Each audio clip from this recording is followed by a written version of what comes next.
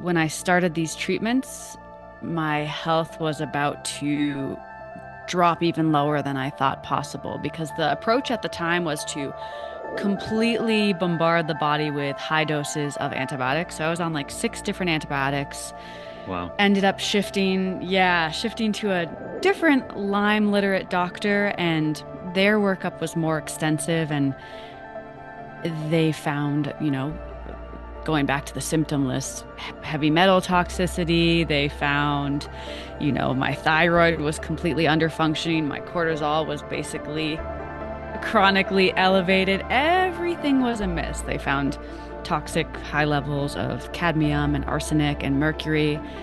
And I think that was what felt like the beginning of a breaking point because all of a sudden it's almost like my psyche swirled into this dark place of, oh my gosh, I am so sick. Hmm. And if I don't follow exactly what these doctors are telling me to do, there will be no hope for me.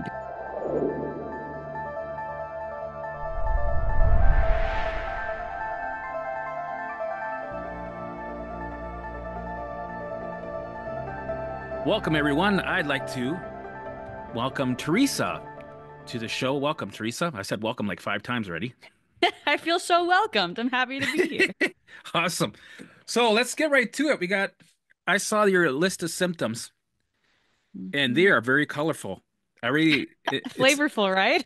yeah, and I really like things I get excited about when, because I deal with the same old symptoms, which is still important. But some of the stuff, malabsorption of nutrients, sibo, SIFO, like these are going to be fun to tackle. So why don't we start with kind of give us the gist of your perfect storms, hmm the symptoms that you dealt with, and we'll go from there. Yeah. So I think looking back now, I can kind of see how I was slowly declining and losing function, losing my health. Didn't really understand at the time because I started to notice something was off as early as second grade. I could tell that I was just dealing with a lot of fatigue. I felt very different than my peers. I felt Mm. like there was something distinctly wrong with how I was. And over the years, I think the anxiety was kind of the first clue to me now looking back that something was amiss. It started to intensify into more gut symptoms, basically having a distended, huge belly at all times of the day. It Yep. would get much worse after eating, but I would wake up even in the morning, sixth, seventh, eighth grade, and my belly was just huge and just Yeah. thought, okay, carry on. That was what was modeled to me. You just push through. This is the human life, and Yeah. that's how you do it, right? And I think it got to my first breaking point. I'll break this down to three crises. My Yeah. first breaking point was probably my junior year of high school, where I was starting to experience such severe insomnia and panic attacks and just complete nervous system mayhem. I could barely function. I mean, I did in the sense that I still showed up to school, I still got my homework done, but I constantly felt like I was vibrating and on the verge of tears and panic. I was put on Prozac at the time, and I Mm. remember my primary care doctor when I was telling her about some of the fatigue I was experiencing in tandem with the panic. She said, "It sounds like chronic fatigue. There's no cure for it. You might need 13 hours of sleep a night, but that's all I can give you." And so I thought, okay, great. I'll take this Prozac and I'll try to get more sleep and see what happens. And Wow. as the years progressed, again, I was in the mindset of you just push through.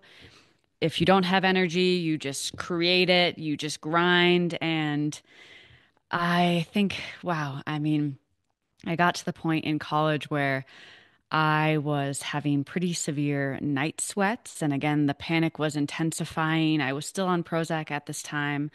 My sleep, I would probably get maybe 2 or 3 hours a night and just, again, feel like a shell of a human throughout the day.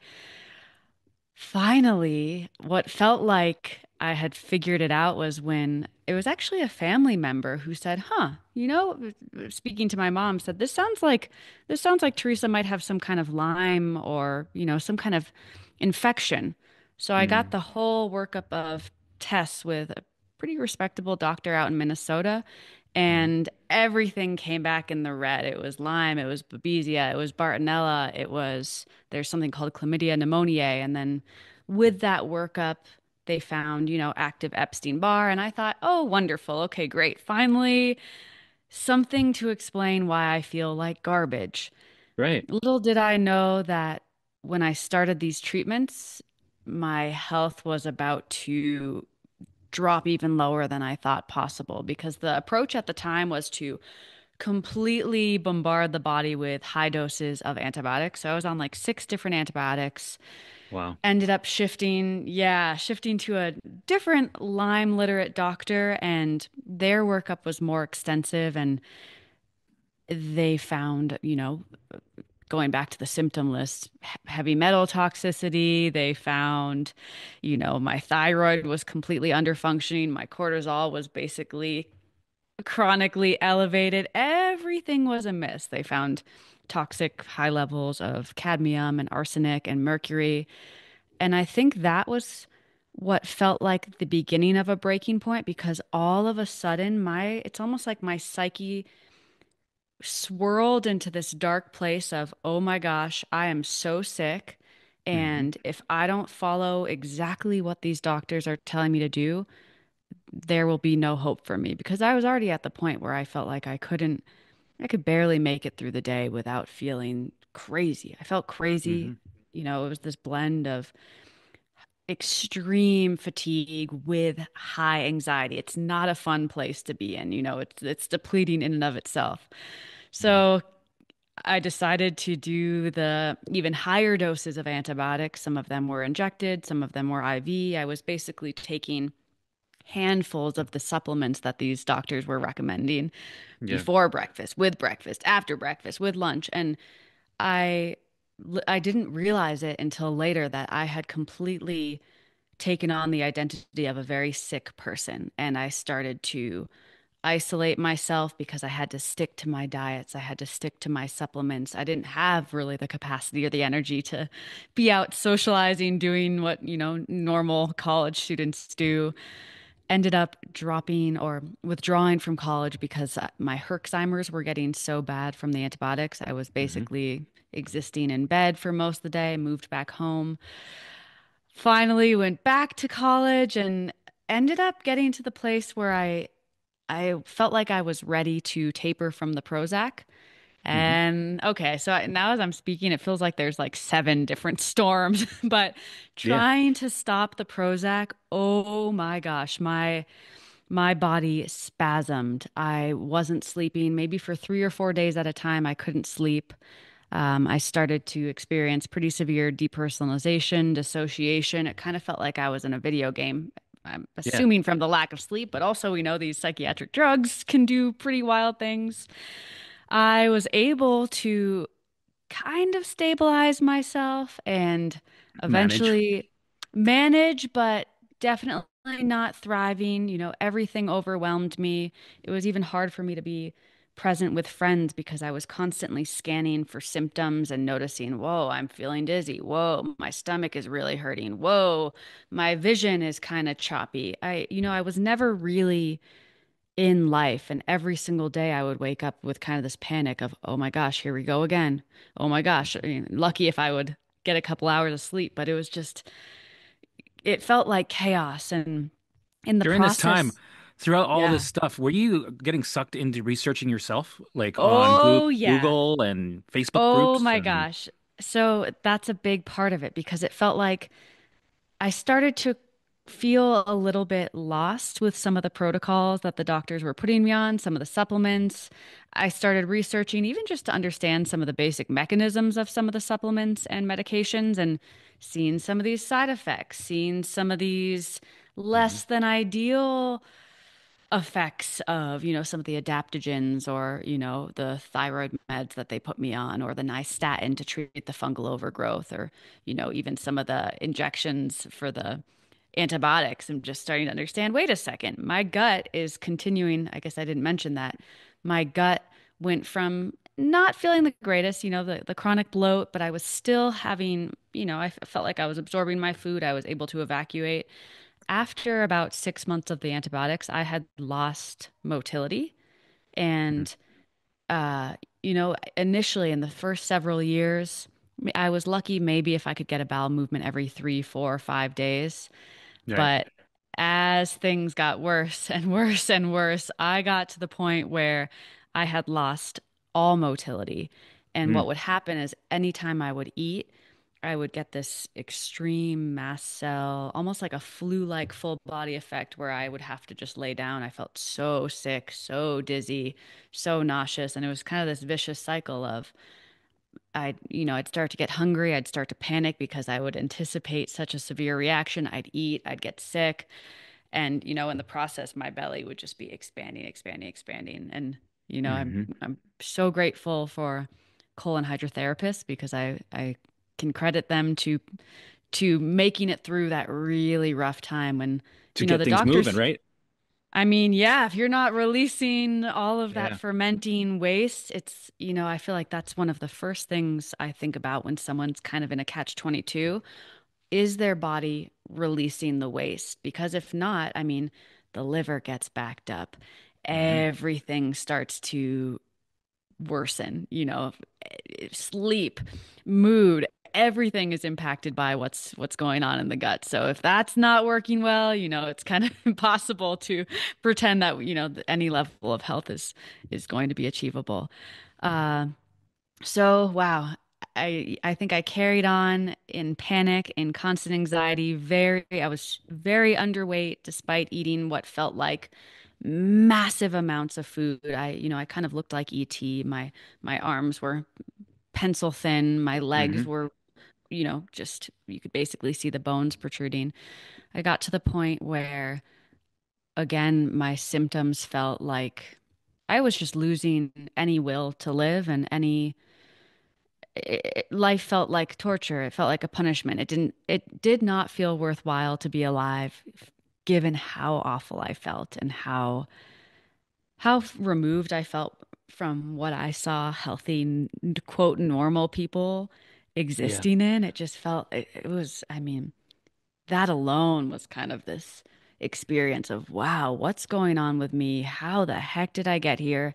I've done all this, the protocols. I've followed all of the regimens. Why is my health continuing to go downhill? And I think I got to the point of feeling so, so, so desperate that I ended up doing, have you heard of hyperthermia treatments for Lyme disease? No. Do they cool So you down?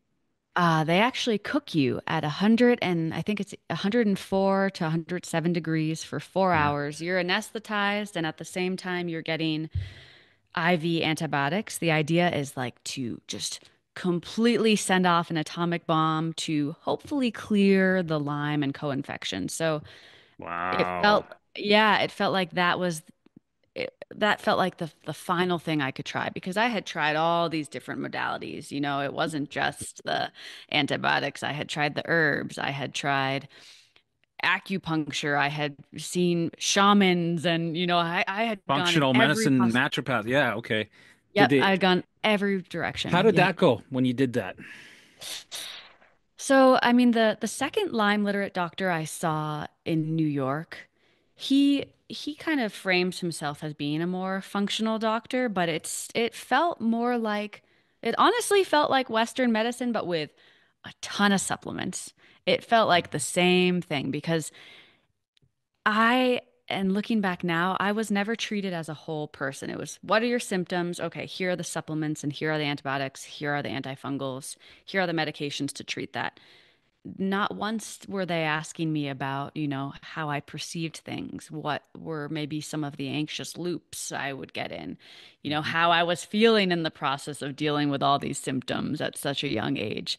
So, oh man, I mean, I wish it went better, but I think if anything, it opened my mind up to the idea that functional medicine also might not be.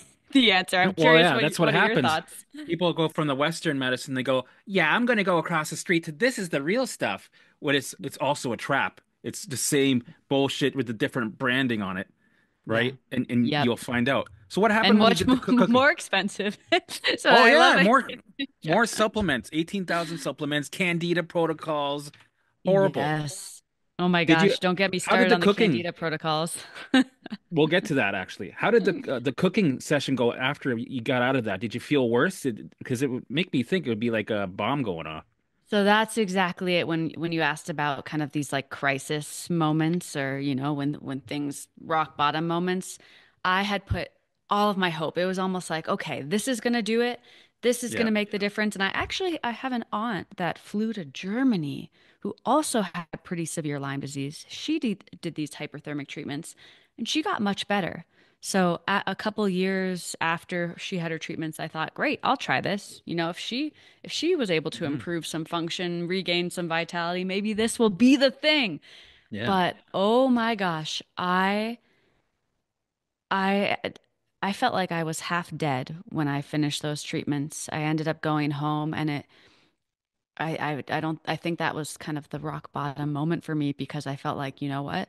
There's nothing left for me. And at that Mhm. point, my more Western doctors were thinking, I guess Western functional doctors, but they were kind of like, again, holistic functional doctors. They were saying I was at such a critical point of I was only 79 pounds at this point. They were Wow. saying that if I 79. didn't 79 pounds, yep. How And I tall mean, are I'm you? I'm about 5'5", so I'm a smaller person, but 79 pounds, that's Shit. I was I've had cats bone. that were bigger than that. Well, not Yes, really, but exactly. We you know what I currently have cats that are bigger than that. But mean? yeah, when I got home, it was basically, if you can get tube feeding through the heart to make sure you're just getting your basic fuel, or we don't know what to do with you. And I remember thinking, oh my gosh, that's going to be the end of me. I mean, when people are put on tube feeding, they're in the hospital. They're not doing much. I got to the place of thinking I would rather die right now than have a port in my heart.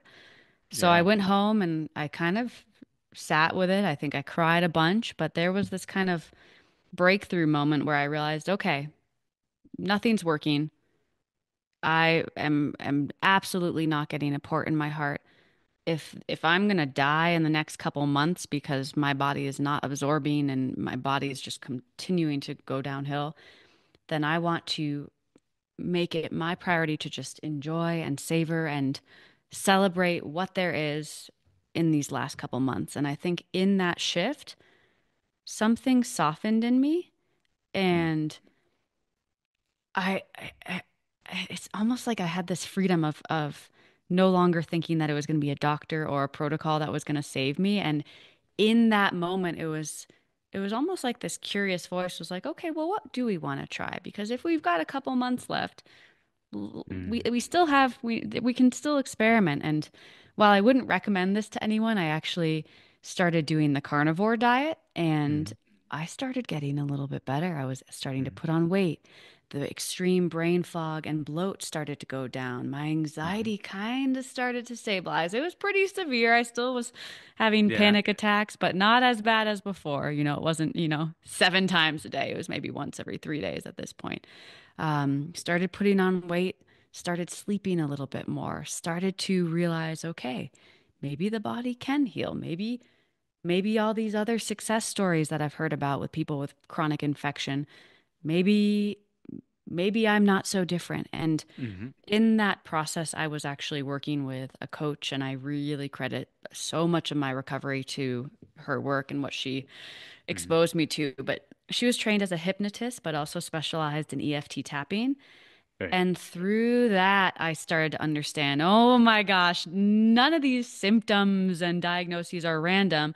I have been living like a crazy person my entire life. I think I came into the world already frazzled. I mean, my mom was under significant stress while pregnant with us. She was being abused by my father. She was working Hmm. night shifts. She was surviving on coffee and donuts and hospital food. That was it. So I think I came in already sensitive, Yep. already. dysregulated. And now I can so clearly see, aha, that is the perfect body for parasites and Lyme and all these other infections that take root.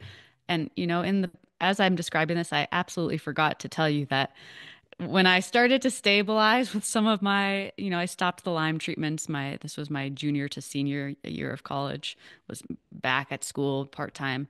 I was doing pretty okay, kind of surviving. Mm.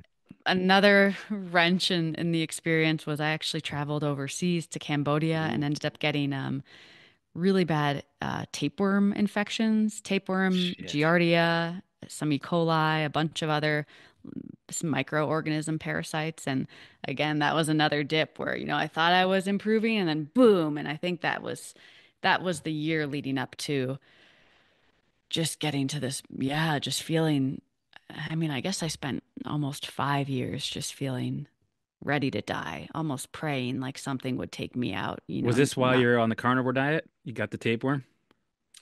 I didn't do the carnivore diet until about, wow, so let me count the years, 17, 18, 19, maybe 4 or 5 years after the tapeworm, because I did all the treatments. I was taking Mhm. the, pharmaceutical parasite treatments. I did the herbal ones. I do these full moon cleanses every single month. I was doing enemas to try to pull things out. I was doing Yeah. everything I possibly could.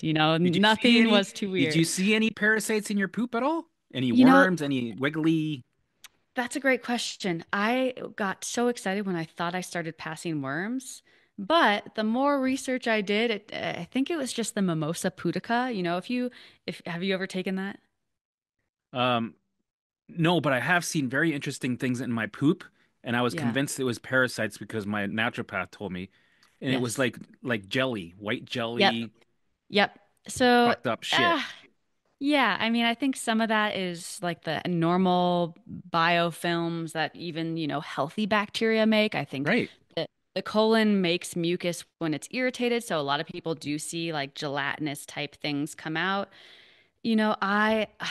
The worms that I saw, I think were just all the binders I was taking, globbing onto things because I actually did an experiment where I broke open one of the capsules of one of the binders, mixed it up in water, and it did the same kind of stringy thing. So I was thinking, maybe these Hmm. aren't tapeworms that I'm Man. passing. I know. I mean, Fucking it would have been genius. nice to see Genius. We're something. a supplement company is like, here, take these things, and you look, oh my God, parasites, right? And then they move Yeah. you on to another regiment that clears it out, and it's like, oh, no more parasites. See, we got it out, right? Yeah, yeah. Yeah, I think there was one period where oh gosh, I mean, I'm jumping all around, but I was convinced by another healer that I had to be on a raw Mm, fruit diet. So I did that for 3 months. tried that. Um, yeah, okay, so you know about this. My teeth Oh, were turning gray, my eyebrows were falling out. I mean, I looked unwell. I looked like a walking dead person. But I do remember at one point passing a bunch of these little, almost looking like rice kernels, these little white kernels, and I was only eating fruit at this point, so I couldn't really think what they could have been. So I told myself at the time, yay, some of these parasite protocols are working, but gosh, did I feel better? Absolutely not. Um, yeah, so, I've tried some crazy shit. Crazy shit. I took um, pine needle oil, turpentine. oh yes, how did you feel on that? I actually kind of liked that protocol. Well, you put it in sugar, you eat a little bit, like a little bit. I Yep. felt high and I felt like a reaction.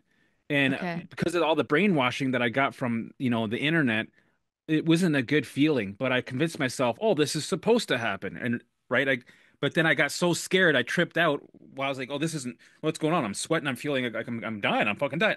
So then I'm like, I'm not fuck. I spent a lot of money on these special oils. It's like $100 for like a little bottle, right? Fuck it. I dumped it. I was like, fuck, I'm not, this is scary. And I would take baths in them. Oh man, I did all kinds of crazy shit. Wow. I can't say I had a terrible reaction to the turpentine, but I also got to the point where I was thinking, I mean, this can't be good for my enamel. It even says on the bottle, like, warning, do not ingest. I still have the bottle and I use it actually if I get like sap on my hands or if I need to clean some residue off of a bottle. That's what I'll use it for, but I don't drink it anymore. Well, yeah, people are drinking gasoline. People, well, if you're desperate, I get it. You go down these, especially Facebook rabbit holes, and people are, they're saying, hey, yeah, 1800s slaves were using this and they were curing themselves of cancer and all these crazy, right? And you're like, yeah, yeah, exactly. This is what I gotta, right? Then Yeah. you you fall for the bullshit, and then Yep. well, same thing with all the supplements, all the gut healing routines, protocols, and back to the candida, right? Did you have to kill your candida? Oh my gosh. So that was kind of in back to the initial stages when I was working with that second Lyme literate doctor. Part of the rigid diet was, gluten-free, dairy-free, sugar-free, fruit-free. So it was Hmm. kind of like a modified AIP diet, but sim Yeah. at the same time I was taking, yeah, this like candy Bactin, I can't remember the brand, but basically like high dose of really strong antimicrobial Hmm. herbs, I mean, really expensive supplements. And I think, again, those were making me so sick, but I thought, gotta push through. This The should be Herx happening kind of reaction. like you were saying, like this, this should be happening.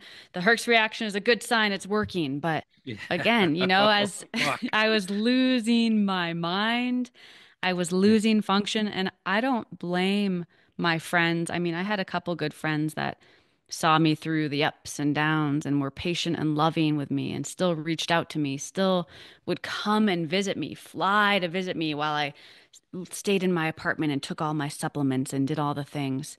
But, I think a big piece of it was how isolated I had become and didn't even realize it. And that was causing so much dysfunction in my body, probably more so than the Lyme, because I truly believe that people can live really healthy, beautiful lives with Lyme disease, and they might be asymptomatic, Hmm. but it's because of the way they're approaching life. And yeah, sure, they might get flares and maybe they're more sensitive to things like COVID, or, maybe they get knocked down if they overstress themselves or if they do eat things that they're really reactive to. But I really think that some of the way we approach Lyme and chronic infection causes more illness, causes more dis-ease in the body because no one Hmm. was ever meant to spend their entire life micromanaging their food, micromanaging their supplements, avoiding reality Yeah. in the name of healing. I mean, I'm sure you can relate to Yeah. this. Micromanaging your body parts, making sure your fatty liver, is this detoxing? I better support it by taking blah blah blah supplement or right. You're like we could never understand our biome or our liver or how the systems work. But then we're sitting there with a clipboard, analyzing it, zooming in, going, especially when they give you, these tests and then you get the labels, right? And you think, well, I got to get that rid of that. I got to fix that. My liver is compromised, right? You listen to the bullshit. So then you become this tech, this, lab tech, and you're gonna figure out you start taking all these bacteria for your biome, which is like dropping a bomb. But for me, it You made me even worse. you Like just reminded me. I got this Yeah, one strain that was like billions and billions, like the highest amount of bacteria. I'm like, fucking right. So I started drinking it. Brutal. It was like a bomb went off. the VSL one, was It's that an the American one. prescription? It was like an American couldn't get it in Canada. It was shipped here in an ice box. I was like, Okay. okay, live bacteria. Okay, this is it. This is legit, and Yeah. it's brutal. Not good. Yeah. I also got to the point again where I thought to myself, if I could regain motility, then my body could heal. That was kind of the one of the loops I was in. If I'll do whatever Hmm. it takes to regain motility. So the hyperthermia didn't work. I thought that if we killed the Lyme disease, then my nerves would regenerate, things would turn back on. Nope. Hmm. But then I went down this rabbit hole of, oh, fecal matter transplants. So I had recurrent C. difficile, but since I didn't have a documented, I didn't have a doctor saying, "Oh, the antibiotics didn't work," so I wasn't actually covered to do a hospital fecal matter transplant. So we ended up doing it at home. My husband became the DIY. donor for me.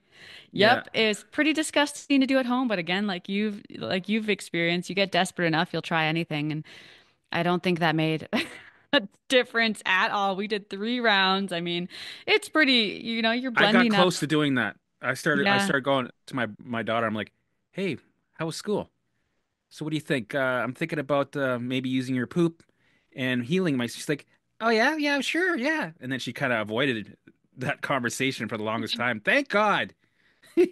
I got so sick that eventually I found the mind body space. But still, like Ah, I already planned what I was gonna do. It's gonna be, I'm gonna freeze the poop and then eventually put it in a bag and then put it in and let it sit for a while. And then, now if I did that, I probably would have felt even worse because that'd be like a bomb going off because it's like an intruder, a different bacteria being introduced to your body, right? When you're ready to state of fight or flight, you're asking for problems. yes. Well, and that's exactly it.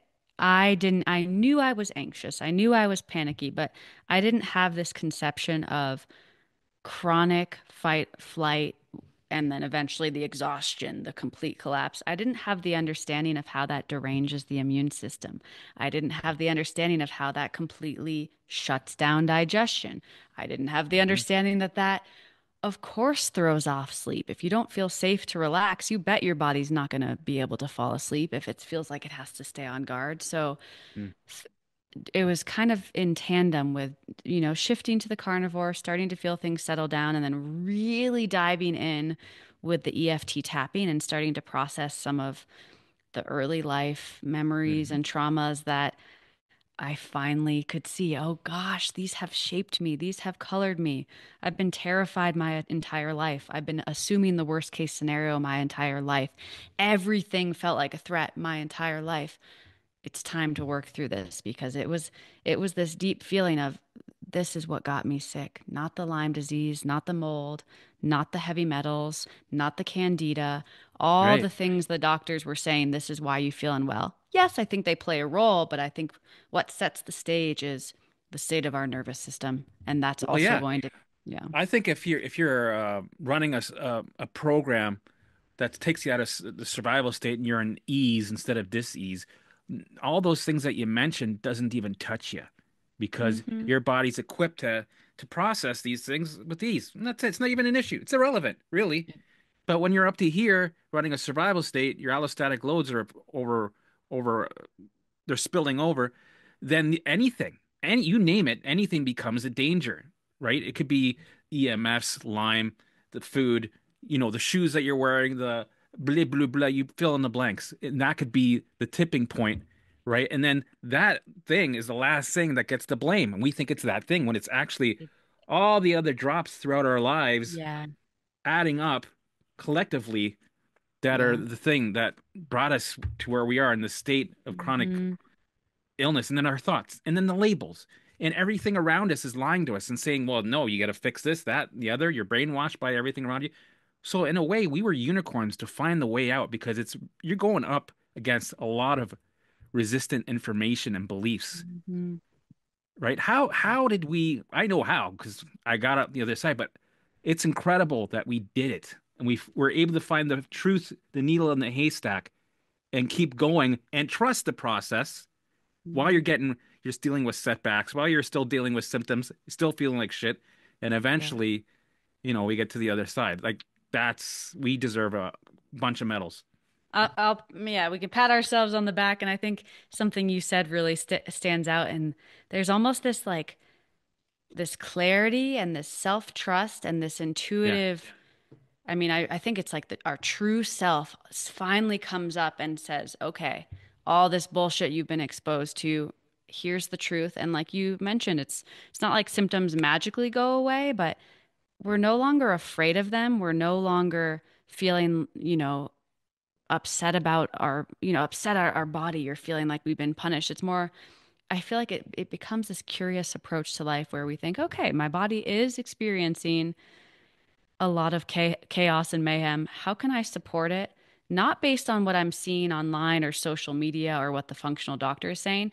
What Hmm. feels right to me? And I remember stumbling across, have you heard of Dr. Ray Peat?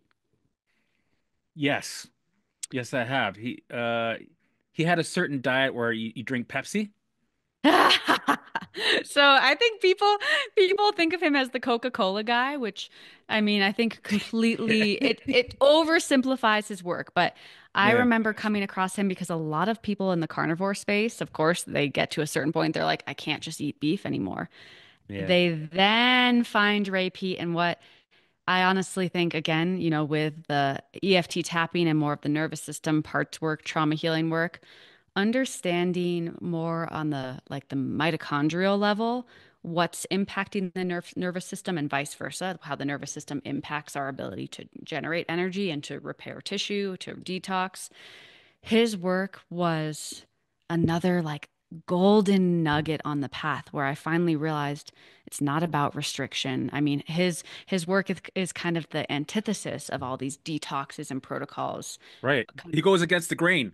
And in that's why when I every heard way. Pepsi, I'm like, what the fuck is this guy talking about, Pepsi? Yeah. And it's So, in a yeah. way, it's like, look, it's not about you could eat canned soup and smoke a cigar every day within reason and live to be 104 compared to a person that's eating all the right things, doing all this exercise, and they die at 60 because they're not regulating the right program of ease. Yeah. Yes. Well, I mean, and we've got evidence of this, right? Like we all Well, yeah. know the person, or I mean, you see these like Italian grandpas, like you said, they're smoking their cigarettes, they're living their life.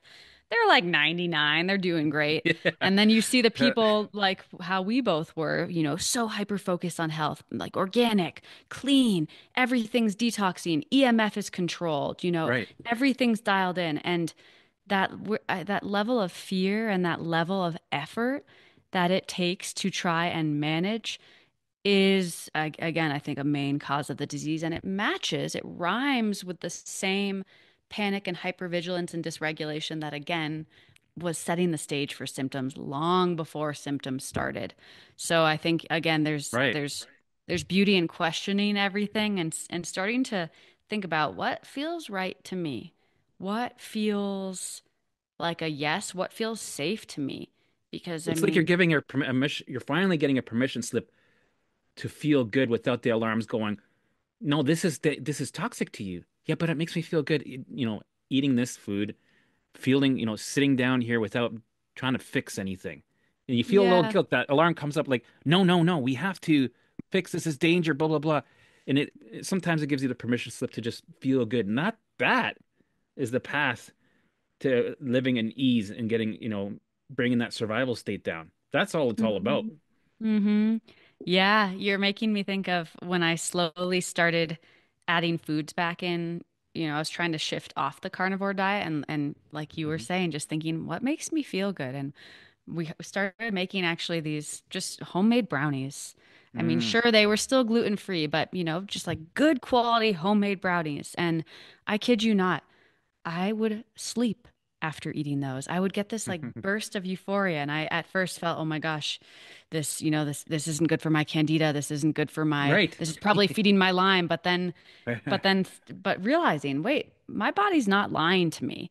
My body isn't relaxing and then sleeping because I'm doing something wrong. This might actually be another breadcrumb on the journey.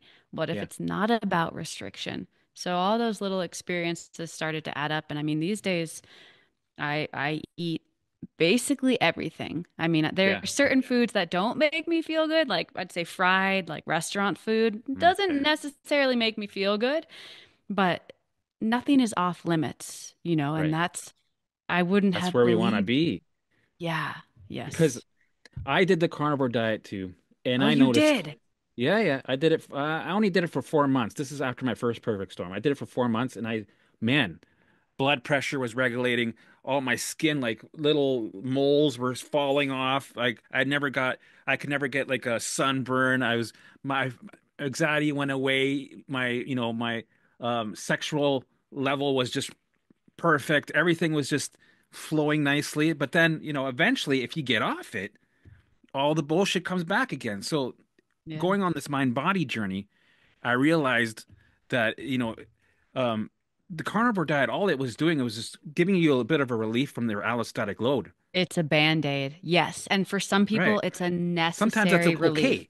You need it. Yes. Yeah, yeah, exactly. Yes. It's just so you can think clearly and, do the work. And eventually we want to get off of that and live Mhm. life fully. You want to be able to thrive without having something that you constantly have to be on. Well, and that's it too, because it feels really good at first, but from my understanding, it's almost it's this heightened cortisol response that lets people feel better. And yes, I mean, endotoxin is reduced, but what we find if people are on it long term, longer than 5, 6 months, the microbiome really starts to shift in a really dangerous direction, and a lot of the beneficial bacteria that feed on like flavonoids and things like blueberries and purple sweet potatoes and all those colorful foods that I think a lot of people enjoy eating, they I start enjoy to it. die out. Yeah, I Yeah. think I there is enjoy something. my fucking fruits, my vet. Yeah. Convinced myself on the carnivore diet. We were never supposed to eat vegetables. No, you Yep. got the lectins. You can't be taking lectins That's in.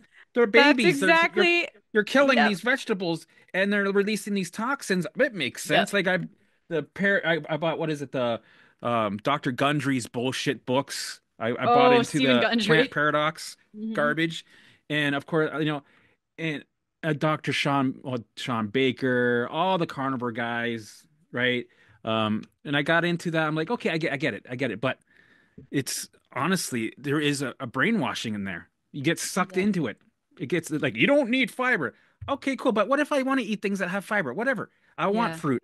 I want to be able to eat fruit, vegetables, and I started getting away from the thought of my food as my medicine.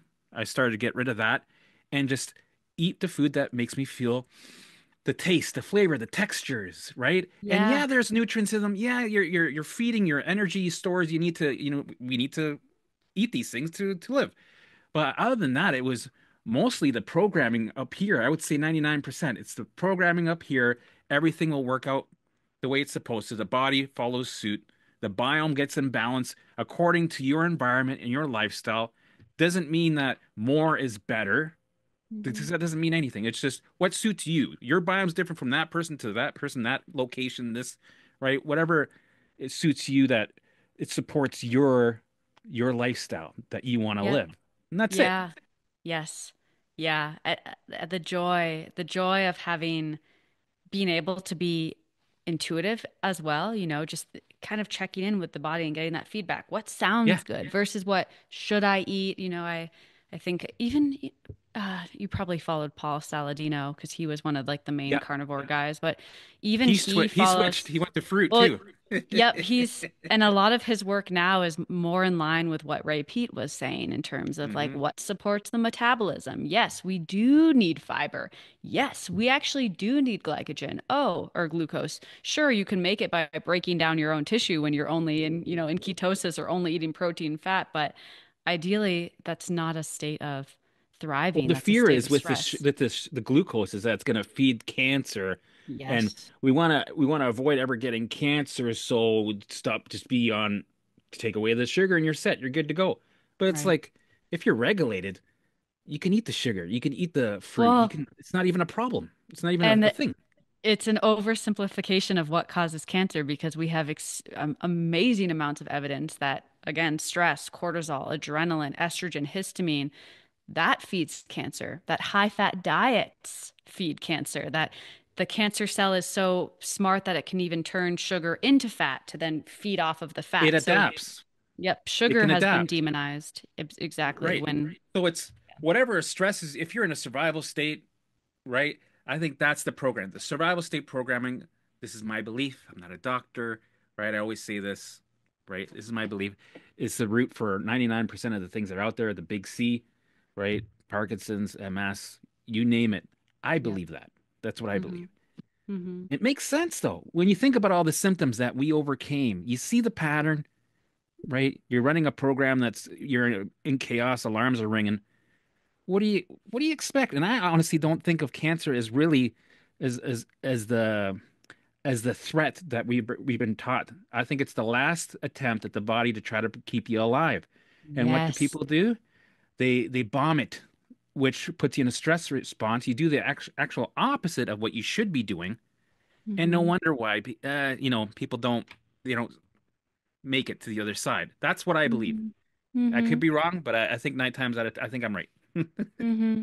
Yeah, I mean, I feel like a lot more people are talking about this. Again, not to bring too many doctors in it, but I like the Mhm. doctors that are on the fringe and questioning everything and questioning the mainstream and questioning the alternative. They're questioning everything. But Yep. Dr. Connolly, she is a cancer doctor and talks a lot about, yes, the role of chronic stress, the role of some of the shit we're exposed to in our environment that I think does play a role because you can think about it of in terms of those things are sending alarm bells to the system. Sure, in a healthy, low stress state, our body can handle and manage some of that. You know, we Yeah, can't avoid plastics, we can't avoid EMFs, we right. can't avoid, every single metal. A lot of us have, we've been exposed to a lot of things early in life and the Hmm. first moments we were ever born filled with a bunch of shit, but to understand that our body is built to detox and balance and heal and Right. understanding the fear and I guess, yeah, kind of like you were mentioning, getting swept away by what's been sold to us as this truth. This is what you need Yeah. to do, and really taking a moment to question that. Yeah, and that's hard. It's hard to do. It's to get those old beliefs out of there because you don't have evidence right away. You got to do the work without the evidence, seeing the relief or symptoms moving, and keep going, and then eventually the evidence pops up, and then you see the patterns. So it's really difficult sticking to this, and that's where I had to keep being around people that brainwash me into knowing that I can recover instead of brainwashing me into this reality that says the opposite. So having a couple of people on your side that you refer to that overcame what you overcame, right? Hmm. Which is I think is important, not just Hmm. um because I think 99% of the stuff that's out there on YouTube and Facebook, we know it's garbage. So you have to look within to trust to Hmm. get over that invisible bridge. That's Hmm. and I think it's good that we're forced to look within because it's a bit of an awakening. It's a bit of a gift. Yeah, seeing the role that we've played in our own dysfunction as well. I think a lot of people, when they first start getting into symptoms and trying to find answers, it's like, okay, like, how do I fix this? How do I make this go away? Versus, how have I contributed to this? How have Hmm. I been living in such a way that has made my body get to this breaking point? Because I do see symptoms now, and I think maybe you'd resonate. It's like the body's begging us to pay attention. It's like, hey, Yes. we've been trying to get your attention. We've been whispering. We've been asking for help. Now we're gonna scream until you change what you're doing and how you're doing it. And I think, you know, so many people, when they do get to the other side of the chronic illness journey, they can see it and not to romanticize it, but they see it as one of the best things that ever happened to them because it was kind of like a this like divine course correct. If they were going to continue going down the path that they were on, it wasn't a life that was it wasn't a life that was worth living, Yeah. as frustrating and expensive and time consuming and terrifying as it can be to deal with these symptoms. I hope that anyone listening can, and they don't have to believe us, but maybe be open to the possibility that one day they'll be so thankful for how these symptoms gave them a life that maybe they want to be living in and has brought them into a place where their values and kind of like who they're meant to be Yeah. is available versus how I think a lot of people live in the shoulds. I should do this. I need to do this. This is how life is supposed to be. Like I used to think that, you know, and some of this was from my mom. I love her very much, but she used to always say life's not fair, and she would Hmm. say if you want something done, do it yourself. And I kind of grew up with this feeling of, oh my gosh, I have to do everything by myself. Bad things are going to happen, even if I treat people well, life's not fair, so something's going to get me. And starting to understand, oh gosh, okay, think about how that just regulates the immune system. If I'm always living in this state of assuming something bad is going to happen, Yeah. gosh, My and mom was the seeing, same with me. With yeah. she lives her life with fears, and it's all about, well, Helmut, you're not a doctor. You have to listen. So it's like grasping on to the doctors, right? And I'm like, if I did that, if I did that way of thinking, I'd still be sick. I'd still be in a room, surviving in bed, right? So I had to Hmm. break free. And I don't know, maybe it was my guides or somebody gave me the nuggets of information along the way. But I'm grateful that I was able to get out. And I think we're the unicorns. So while you're when you started finding the EFT tapping, what was it that how did you kind of find it? And tell me like an average day, what it was like with your new type of schedule with the mind body work with EFT tapping. Give us an example. Well, I was still finishing up. I Have you heard of DNRS, Dynamic Neural Retraining System? Yeah, So I did that again, that was a for 8 months. okay. So you know, yeah. I I thought had to again, shift. what's that? I had to quit it and do something else because it was a lot of redirecting and resistance, and it kept Yep. my symptoms getting worse and worse with my Yes. mind, my mental Yep. alarms, looping So thoughts. I had the exact experience where it felt like everything was a trigger, better do around. Everything's, Mm, oh my gosh, I had a symptom. Oh my gosh, I had a negative thought. And I didn't realize that in my attempts to, quote, rewire myself, I was actually intensifying the alarm, panic, panic, panic. And yeah, 6 months went by and I was feeling, I guess the one benefit I'll take from that, because I don't mean to hate on this program, but I think helping me realize that I didn't need to believe all my thoughts and not to right. resist them, but to kind of like lovingly question them and start to see maybe the activated part that was in a fear-based response or in a, kind of in a trauma loop, and kind of seeing that part and saying, "Oh, sweetie, I can see you're afraid. I understand what you're going through.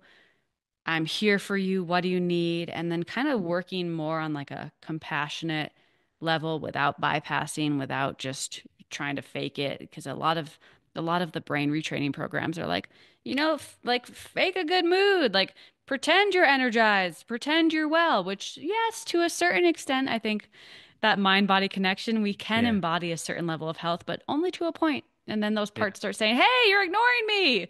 And they Yeah. start, throwing their tantrums. But when I was really getting to the point of understanding that the brain and the nervous system had so much more to do with it than I ever realized, I was actually only working with this coach once a week, and the rest of my time was it was pretty simple. I mean, my function, my energy was still very low. I was lucky that my husband actually took a medical leave from Hmm. work to be at home and to help me. So he kind of like we'd get up. I got to the point where I had enough energy. We'd go for a little walk in the morning. I'd come back and maybe do some, listen to some binaural beats laying on the Hmm. ground. Hmm. I would, prep the foods that I was slowly being able to eat again. And then with the tapping, sometimes I would do it on my own, but mostly I would almost be in the mindset. I had this like spillover effect because the coach that I was working with, I think her skill and the way she understood me and could really help with almost, yeah, just stepping into more of a curious standpoint. I mean, that's kind of the essence of EFT. It's noticing the fear, the panic, the overwhelm, the limiting beliefs, and honoring those, validating them, but then also being open to, well, what's most likely to happen? How do I want to approach this? If I don't have to Hmm. be afraid anymore, if I don't have to be terrified anymore, how do I want to feel? And it's empowering in that sense. So it's almost like my life kind of became more of seeing what was throwing me back into a trauma loop and then stepping Hmm. in as that compassionate, loving, like this motherly energy that I had always craved, being that for myself, being that for my parts. And not perfectly. I mean, there were moments where I lost it, where I like would get so upset that I was still so sick, and I'd punch a wall, and then my Yeah. hand would be injured, and I'd just, I'd be a complete mess. And it was kind of this non-linear path out of that, but slowly regaining energy, regaining functioning. And I actually, some of the time, because I wasn't working at this time, I was thinking, well, like, what can I do to be helpful in this world? I don't want to just sit here all day and just, Hmm. I still wasn't sure if I'd make it through. I still wasn't sure if I was going to survive it. But I started writing and blogging. Hmm. And people started actually reaching out to me and saying, "Oh my gosh, I'm dealing with this too." And I started sharing some of the things that were working for me and some of the things that were helping me feel a little bit healthier and happier and more creative. And that that was its own catalyst where I eventually started a coaching business for people with chronic illness, Hmm. simply because there was a demand. People were reaching out to me. I never thought, never in my wildest dreams did I think that that blog would turn into what I do Yeah. now, which is kind of, yeah, another blessing. No, it's interesting. Like 10 years ago, I was miserable working in a nursing home, you know, managing symptoms, dealing with shithead coworkers and my boss I couldn't stand. To, now you're helping people dealing with chronic illness and talking, on podcasts, and your day is totally different. I have a little bit more freedom in my day. I'm helping people. It feels good to help people. I get to take my dogs. I don't have to worry about a boss behind my back, right? So Yeah. it's a gift. It's beautiful. This journey is Yeah. amazing. I never thought I'd be doing. I thought maybe one day I'd be a rock star or own a business, a thriving cleaning business or carpet cleaning, or maybe a Yeah. comedian or something. Not this. This is Yeah. it's amazing. It's crazy how the Yeah. world changes from here to there. You know. Yeah. Well, I say this probably most days, but even this morning, because it really stood out to me. But the silver lining, like you said, of being able to be your own boss and take breaks when you need to. And I think, again, Mhm. a lot of people are working jobs that they hate Yeah. and they feel, I mean, it's chronic stress. They're on the clock. Sure, they can clock in, clock out, and they're free to do what they want.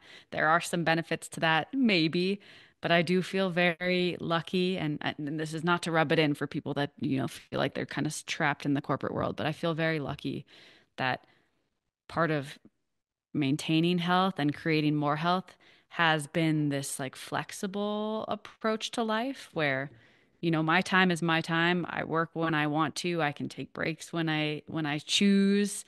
And Well, it's I think work is the one aspect, but what about family members, the friends that I'm assuming you purged some people out of your life, some friends that were maybe not good for you. This also came up actually 2 nights ago. I was talking about it because I lost almost all my friends from high school and college, almost all of them, but several of them have stuck around, and to me, they feel like angels, and they are Yeah. some of the most interesting, thoughtful, compassionate, funny, passionate people I've ever met. And it does feel yeah, it feels like a gift in the sense that, the relationships that were not meant to be slowly petered out, and the Yeah. really strong ones have lasted the test of time. People that they kind of feel like soul friends. I plan to know them until I die. It's interesting. We become totally different people. I find different. My music taste has changed. Like if I think about the friends I had maybe 15 years ago, and if I were to, go back in time and really, I don't want to, I don't, I'm like, oh, no, no, I don't even, right. Good. It was good for then. Good for, I partied a lot, met a lot of people, but no, thank you. I'm a different person now. That's totally not who I'm a totally different person, totally different person. I'm not jiving with that. I'm not vibing with that anymore. And it feels good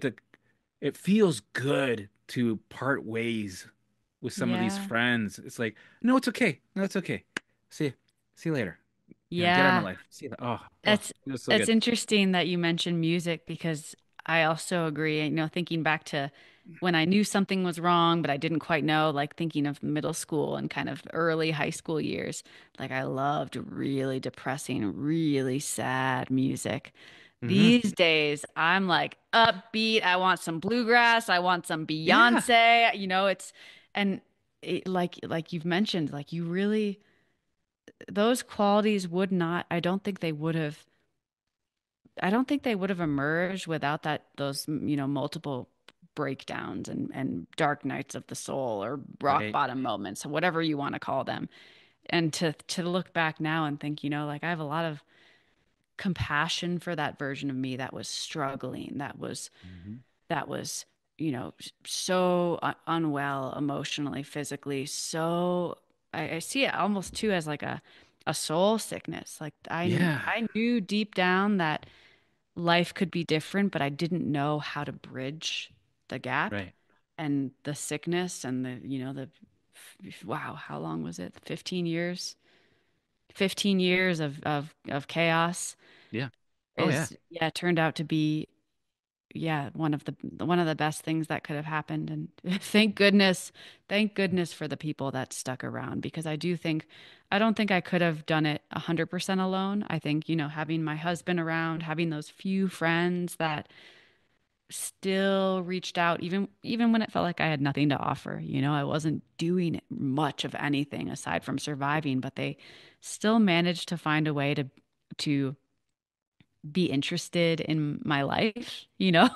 outside of my health stuff, but like be interested and spark conversation in a way that I also felt like was health promoting for me to get outside of the small world of symptom management and the fatigue, the bloating, the food reactions, the insomnia, all of it, and to start to think bigger again, which I think is a subtle and overlooked form of brain retraining. It doesn't have to be a program. Yeah. It could be who you're surrounding yourself with. And like you mentioned, it's like the people that brainwash you to think bigger, to think of possibility, to remind you that life is worth living, to remind you that there is magic here, even when the body Hmm. might be going through something. Those are people that I are worth leaning into, spending more time with, connecting more, and making that a priority more than any supplement protocol, diet, whatever it is. Like letting that be Yeah. the For me, medicine, you it's know? online people. I'm more Yeah. closer with people online and my dogs, of course, my family, than I have with people that I grew up with. I'm like, eh, I connect more. Other than that, Mhm. I'm happy just being out at the farm in a field with my dogs. Good enough. Mhm. I'm in peace. Do you live on a farm? My wife's parents own a farm, and I like to go there. It's an apple farm. I like to go there every weekend if I can, right? And Mhm. I let the dogs loose. I'm away from the city. I don't have to deal with Karens telling me what to do with my dogs. Your dog should be on a leash, or no people. It's just me and the sitting. I have to get a chair. I sit in a big field, and that's it. And then let the dogs do what Nature. they want. Yeah, Well, nature, beautiful. thank you for sharing that because again, thinking of like what makes the difference, it's the simple things. It's Mm, being outside. Oh my gosh, I gotta tell you, I mean, I think mm, sunshine yeah, has played a critical role in my recovery. Understanding the way my nervous system recalibrates just by being in the sun. And this is interesting because I used to live in San Diego, which is a pretty sunny yeah, place, but I think the overwhelm from all the noise and all the yep. people and the pollution and the garbage trucks, constant chaos. I genuinely think I would have died if we stayed there, just given how my health was continuing to go down. Yeah. But we eventually moved kind of on a whim, not really knowing if it would work out, not having a concrete plan. But we moved to high altitude in Colorado, and I think the clean Oh. air, the mountains, the sunshine, the birds, the deer, something about the terrain feels like it has been another, like almost like a level up for me.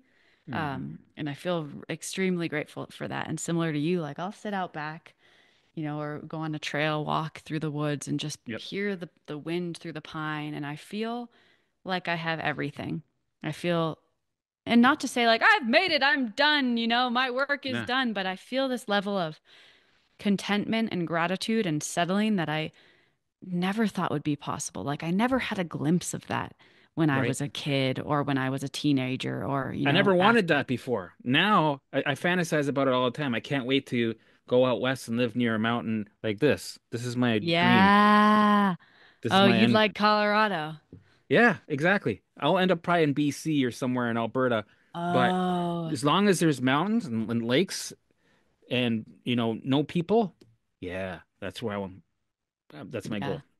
Yeah, I think it's self-selecting in a way, but also, I mean, yeah, our environment does play a huge role. We get hype, Hmm. like back to the start of our conversation, we get hyper focused on the protocols that the doctors tell us to do, Yep. not realizing that like the fishbowl that we're in might be way more important. So starting to think like, what colors, what landscapes bring you alive? What people bring you alive? What music or, foods like you were mentioning, textures?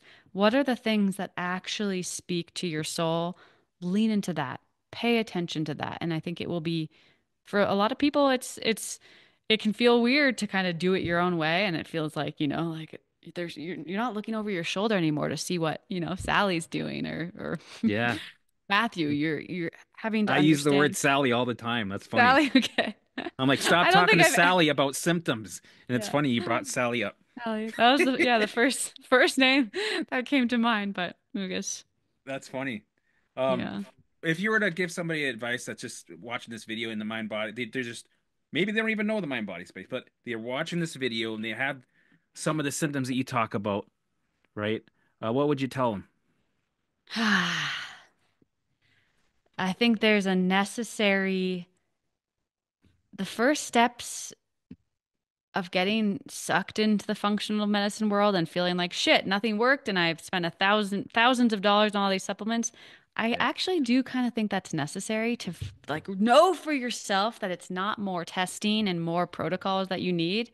Yeah. And then once someone's graduated to the point of, okay, I tried all the things, I'm still feeling awful, starting to starting to understand the parts of you that have been hurting and overwhelmed and fearful and critical and the parts of you that have been begging for your attention, realizing that you Yeah. get to be the one to step in and support them because I do see that as one of the biggest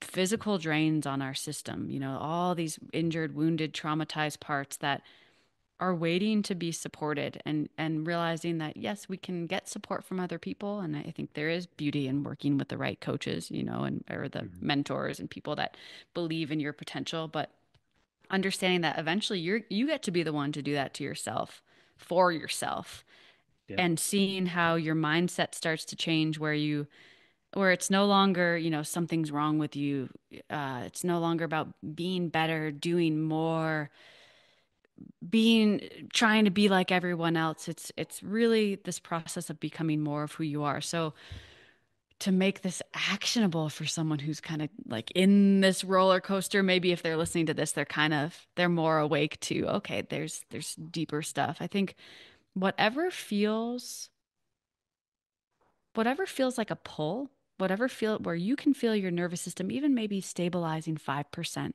whatever feels like life is wanting you to do that, not for productivity or not to make money, but what feels right to you, you're moving in a beautiful direction because what feels good in the moment is going to have a stabilizing effect on the entire body. And in doing so, Hmm. allows these innate abilities of healing to kick in. And then, yeah, sure, some of the things that you might be doing to support your health actually can work. It's not blocked by the fear. So, Yeah.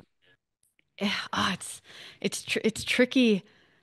It's tricky to kind of zoom into like the starting steps, but I think it has to come through the person where they realize I am so tired of being sick Hmm. and realizing it's not going to be a protocol or a regimen that heals. It's going to be you kind of up uphauling everything you've been taught, everything you've been told, and finally coming back to what your body has been asking for all along. So in a way, it's simple. It's like you hear all the noise, you hear all of the conditioning and the programming and the shoulds of our culture and our society, and you can still see that, and we exist in it, of course. Yeah. Your true voice starts to strengthen, and if we can start to tune in and listen and even practice acting on what we're hearing, I think we'll get, more data points of, oh, like I felt the urge to do this and it was amazing. I felt more energized. I wasn't thinking about my symptoms. Wow. I slept through the Hmm. night, and some of it too is understanding that there are fearful parts that might be trying to protect you and kind of keep you sick because Yeah. they're afraid, they're traumatized, but a big piece of my journey was understanding that novelty and spontaneity. And like, if I had an intuitive nudge to do something, even if I was scared to do it, acting on that. And almost every single time feeling like Yeah. there was a breakthrough there of, oh my gosh, there's something intuitive. And not to make this too woo woo, but maybe a little, it's like there is something within me that is kind of directing me on this path. And even There it is. Your higher there self. is, Follow your passion, right? And yes. you'll get there. If people want to reach out to you, or how can people find you on the social medias? Where can they go? Yeah. So I'm very active on Instagram at Living Roots Wellness. And then I also host a tapping and kind of self-healing community. It's Nice. an app, but you can also just use the website. It's called Tapping with Tea. You can download the app on your phone, and I add a new video every week. I do a lot of just brain work, honoring the parts, working with parts, and we meet monthly as a community to workshop on some of these things because I mean it's not it can be bumpy, especially when we start to Mhm. realize we have a lot of these fear-based limiting beliefs and we're kind of stuck in that illness identity. So it can be helpful to work through it as a community, realizing that you're not alone. Because I think a lot of people do feel isolated. It's like Yeah. you see all these healthy people eating whatever they want, doing whatever they want, knowing that eventually you'll get there too. But in the Yeah. meantime, it can be helpful to know that you don't have to do it alone, that people understand you and that there is a way through. And I do see kind of combining the parts work approach, internal family systems, that was kind of coined by Richard Schwartz. I think he's a genius, but I think like even understanding on a deeper level that these challenges are actually here to help us,